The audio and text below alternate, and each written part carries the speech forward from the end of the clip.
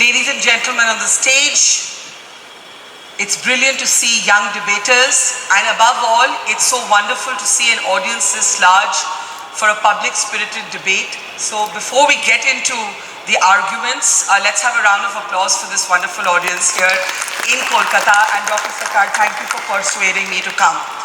I stand up here today to argue, as my colleague Mr. Sen Gupta just did, that the proposition today is entirely flawed.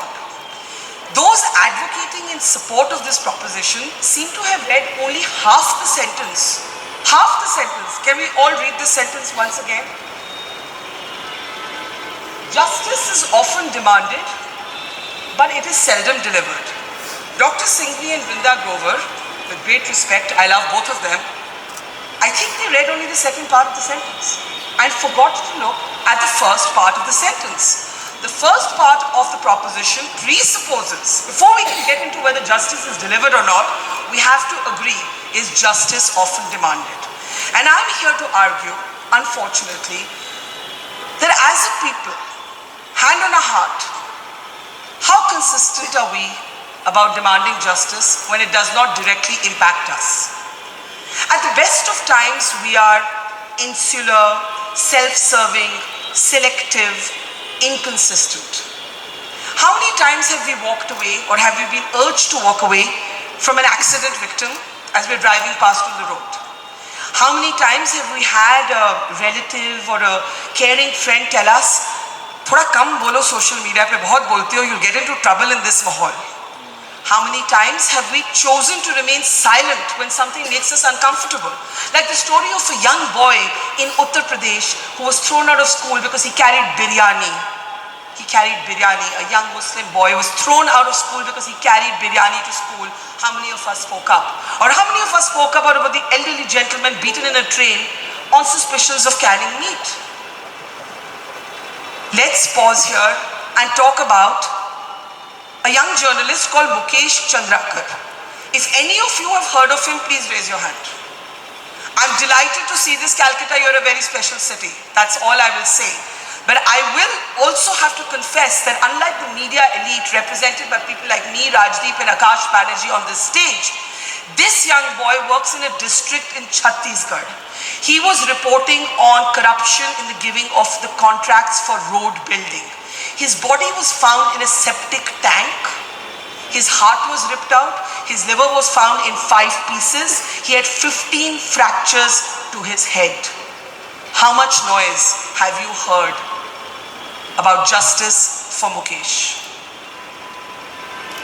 Yes, I stand here in a city today whose young people, even old people, bravely came together as one to demand justice for the victim of RG Kaur. The last 6 months, much of my reporting life has, in fact, as Dr. Sarkar would testify, with the number of times he's appeared on my show, have been devoted to every twist and turn of that horror that took place when a young woman went to her place of work and never came back because she was raped and murdered.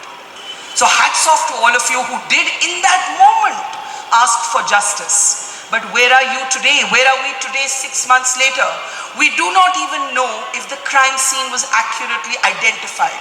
We have reason to believe that she was not killed where her body was recovered. And yet, where is the noise? People are fickle. We in the media, we even as people, have already moved on. The doctors who are here, I've been talking to many of them, and they make the point that they can scarcely get the media to cover the story anymore. So is justice often demanded, or is justice sometimes demanded? This is not a sophist's argument. It is moot. It is central to the conversation we're having today. Vrinda mentioned Bhavri Devi. I'm so glad that she mentioned the story of Bhavri Devi because it was in my notes to talk about her. As a young reporter at NDTV when Rajdeep was my boss, it was one of the first reporting assignments I was sent out to cover. I knew nothing about caste. I was this sort of elite, completely deracinated graduate of St. Stephen's College, Delhi University.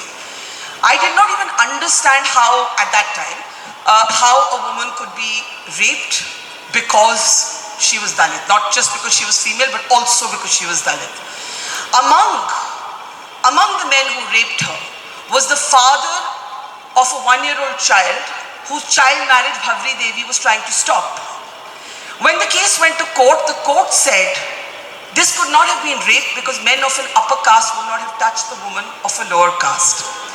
Bhavri Devi gave women like me protection at the workplace. It is thanks to her fight that we today are protected by sexual harassment guidelines called the Vishakha guidelines at the workplace. But how many of us speak for Bhavri Devi today as people? Isn't Bhavri Devi a forgotten footnote of history? Is justice really often demanded? Or do we just move on, we in the media being the most guilty of all, from one headline to another?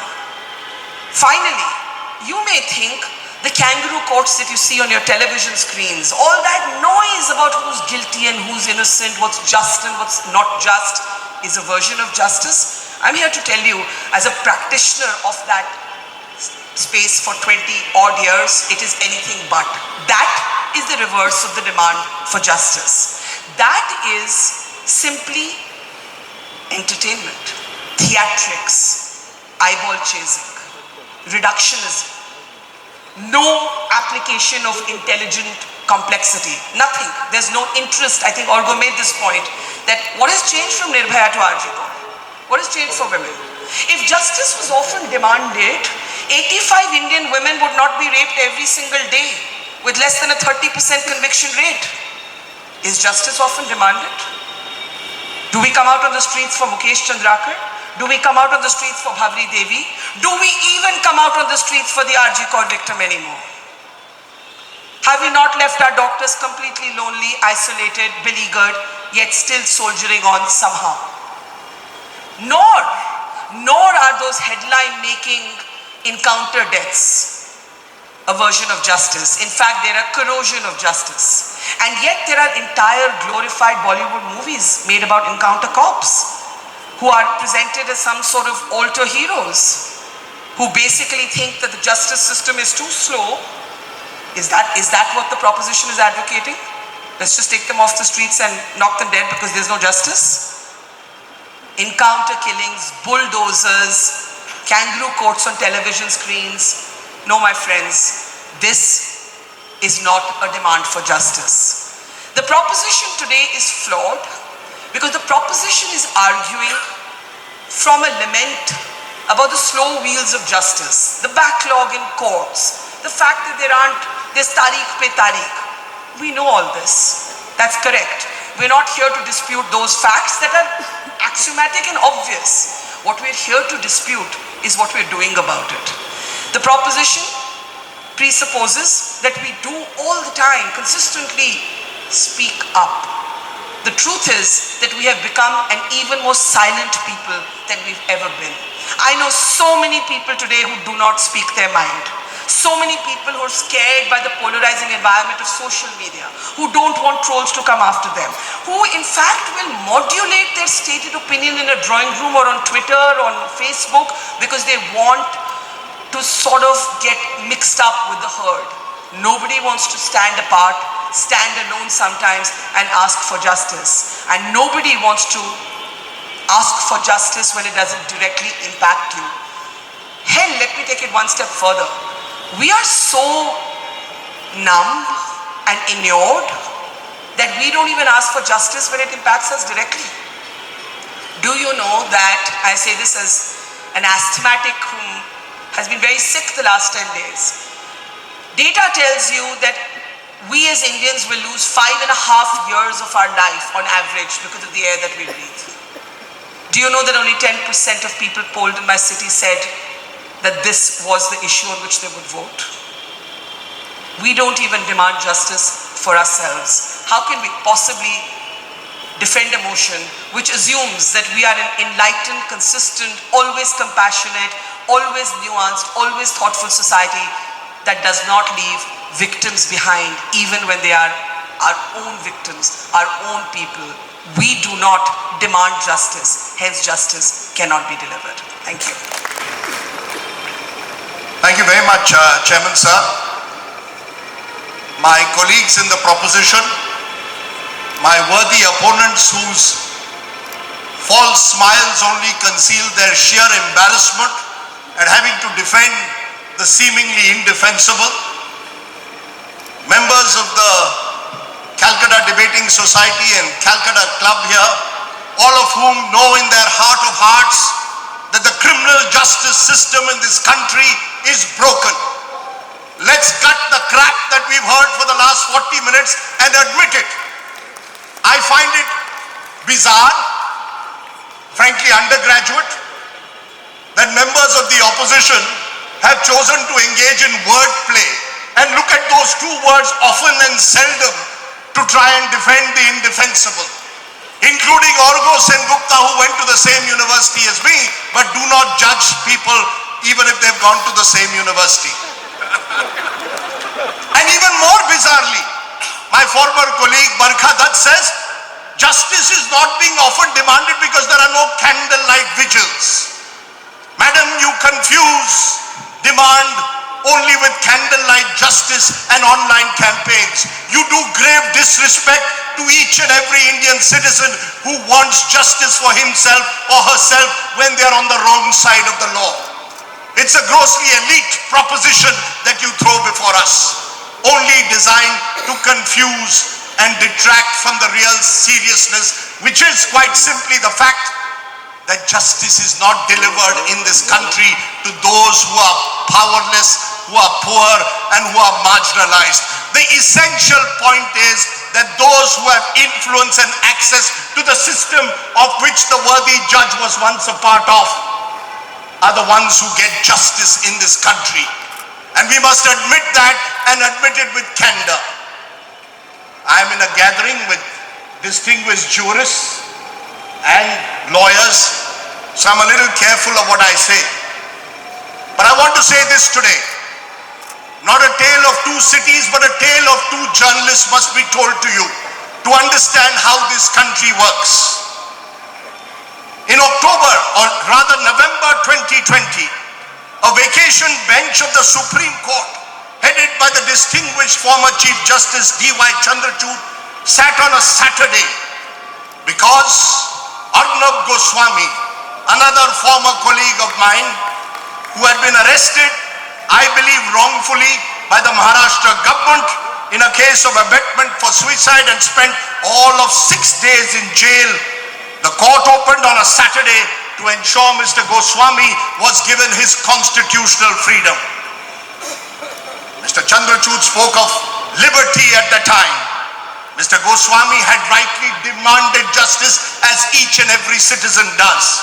The court delivered by granting him bail and his freedom. Well done, I say to the court. But then turn to the case of another journalist, Siddiq Kappan, arrested a month earlier in October 2020 while he was on his way to Hathras to report on the gang rape and death of a 19-year-old Dalit girl.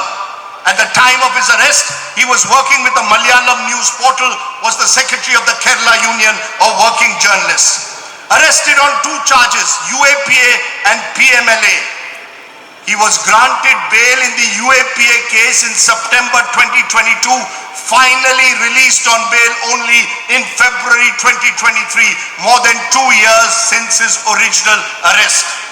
Today I ask this august house, what is the difference between Arnab Goswami and a Siddiq Kappan, both of whom and whose families knocked on the courts demanding justice? Quite simply, Mr. Goswami is a recognized face, a prime-time news celebrity anchor.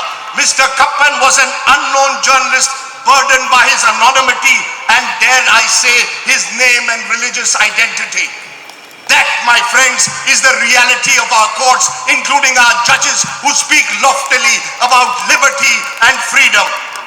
Today I ask you, my friends, what is the justice being delivered to Kashmiris arrested under the Public Safety Act, a draconian preventive detention law under which people can be arrested and kept in jail for 2 years without trial or charges? Are you telling me that family members are not demanding justice for them? The fact is, the justice is not delivered for them. I ask you again, what indeed is the justice that is delivered to a Father Stan Swami, an octogenarian priest who is arrested under UAPA only because he demanded tribal rights? And what is the delivery of justice in his case when the old man is denied a straw sipper by the courts and denied a straw sipper as an 82-year-old who eventually dies in custody? And contrast him with a Subroto Roy Sahara, who's given special facilities in Tihar jail, Wi-Fi and whatever else he needs. We are a grossly unequal society and our justice mirrors the inequality. The judge who watches me out there knows the state of our legal aid system. He knows how many lawyers actually will appear pro bono for those who are denied access to justice. And that, my friends, is